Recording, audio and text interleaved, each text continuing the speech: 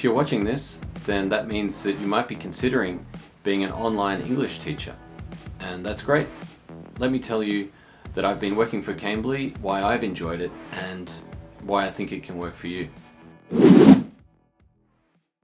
I started with Cambly soon after finishing working at a small school in South Korea, and I didn't want to go through the winter in Korea again, so I left before the winter months, and I thought teaching online would be a good way for me to explore and travel and see where I wanted to go before deciding on a place for sure.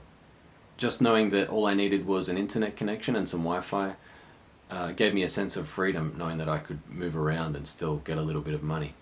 The good thing about working with Cambly is that you can choose your own schedule and work your own hours, so you don't have a boss telling you when to be online or a fixed deadline that you had to meet.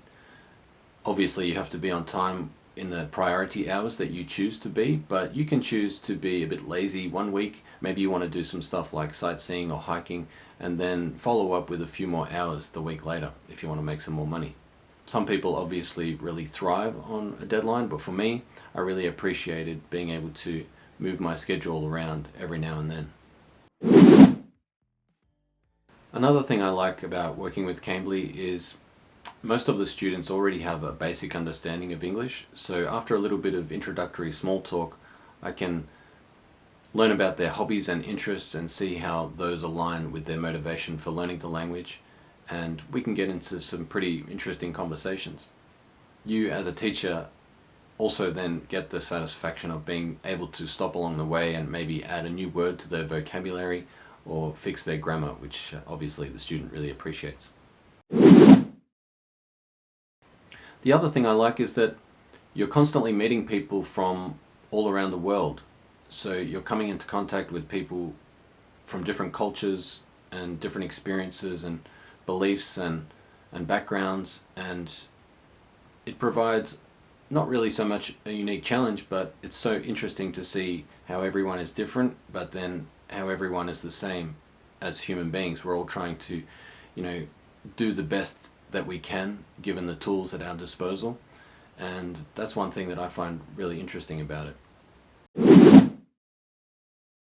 I would say most of my students are from South Korea, Brazil, Turkey and Saudi Arabia, and I have good conversations with people regardless of where they're from, but at the moment I'm really enjoying talking to one girl from Kuwait who has some interesting family and work challenges, and a couple of people from Brazil, one guy talking mostly about politics and a woman that I talked to a little bit about meditation, and that's been great. And we also, I find mostly the Brazilians love Australia, and I can share with them some of my travel experiences here, and we can exchange information on our favorite destinations. If you're feeling like you might need a bit of inspiration after starting with Cambly, or the student might benefit from more of a structured lesson, Cambly does have an online resource library where you can find different materials, maybe some beginner or intermediate speaking games to help get the student talking. And there's also a function for you to upload links to other websites that you think could be used as a good teaching tool. Those are just a few of the reasons that I like working with Cambly, and I think it can work for you too. If you do decide to give it a go, I'd love it if you could use my referral code seen here on the screen or in the description section. And yeah, if you remember to be a kind and patient teacher who's a good listener, interested in relating to why your student is learning the language, I think you can feel very comfortable very quickly.